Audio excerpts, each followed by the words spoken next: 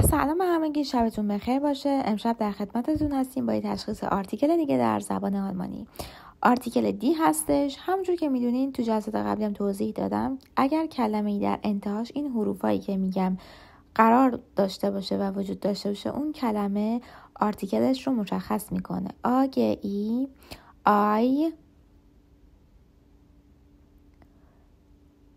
انس، اس،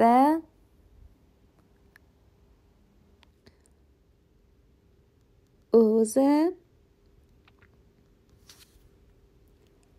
هایت، ای، ایون، ایتیس،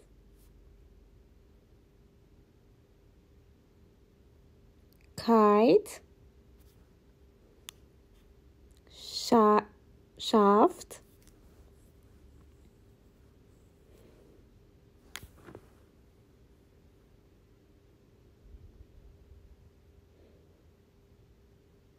تت، اونگ و در انتها هم اور باشه. دوستان عزیز من، لایک، کامنت و سابسکرایب کردن فراموش نشه. با امید دیدار، شب خوش. دوستان عزیز، جهت شرکت تو کلاس‌های خصوصی آی1 به ما مراجعه کنید.